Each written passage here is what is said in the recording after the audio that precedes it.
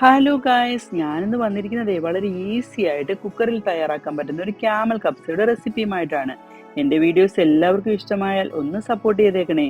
അതിനായിട്ട് കഴുകി വൃത്തിയാക്കി വെച്ചിരിക്കുന്ന ക്യാമൽ മീറ്റ് ഒരു കുക്കറിലേക്ക് ഇട്ടുകൊടുത്തു.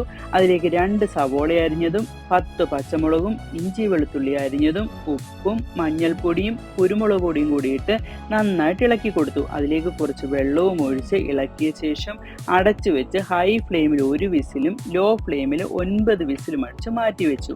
2 ഗ്ലാസ് അരി കുതിർക്കാനായിട്ട് വെള്ളമൊഴിച്ച് അതും മാറ്റിവെച്ചു. അപ്പോഴേക്കും കുക്കറിൻ്റെ എയറെല്ലാം പോയി. അത് തുറന്ന് ക്യാമൽ മീറ്റ് അതിൽ നിന്നും എടുത്തു മാറ്റി. ഗ്രേവിയും അതിൽ നിന്നും മാറ്റിവെച്ചു. അതേ കുക്കറിൽ തന്നെ ആ ഗ്രേവി അളന്നൊഴിച്ചു.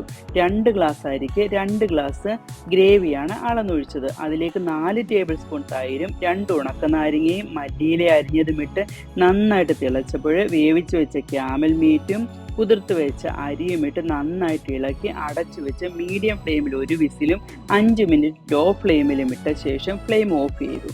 എയറെല്ലാം പോയപ്പോൾ തുറന്ന് നന്നായിട്ട് ഇളക്കി കൊടുത്തു. അടിപൊളി ക്യാമൽ കപ്സ റെഡിയായി ഗായ്സ്.